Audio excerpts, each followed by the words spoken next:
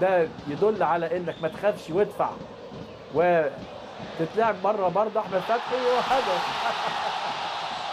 اخيرا اخيرا احمد فتحي يحط الهدف. انا الماتش اللي فات قلت احمد فتحي نجم المباراه، واحد مش عارف طلع لي قال لي ايه يعني مش عاجبه كلمه احمد فتحي انه نجم مباراه. طب اتفضل ادي احمد فتحي نجم مباراه اهو. كل واحد ليه رؤيته يا جماعه، وكل واحد لما ليه يعني يقول ليه وعشان ايه.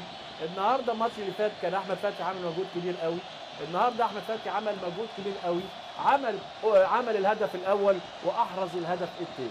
احمد فتحي في الدقيقه يعني 27 من زمن الشوط الثاني يتقدم النادي الاهلي بهدف ثاني للمجتهد جدا احمد فتحي. اهو بتلعب الكوره ويطلعها على طول فادي، تنزل وبرجله ايه كمان الشمال، قال له وسع جدع ويلعبها حلوه عكس اتجاه غريب حافظ.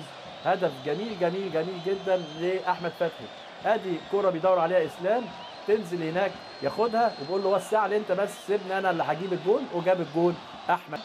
وادي الهدف الجميل اللي جابه احمد فتحي، لعبها حلوه قوي زي بتاعت كده كوت ديفوار في بطوله افريقيا زمان، مش زمان قوي. وادي احمد فتحي الصراحه ربنا اداله النهارده، لعيب مجتهد بس عيبه النهارده العصبيه، وارجو اللي يشوفه كده يقول له بلاش العصبيه لانه لعيب كويس.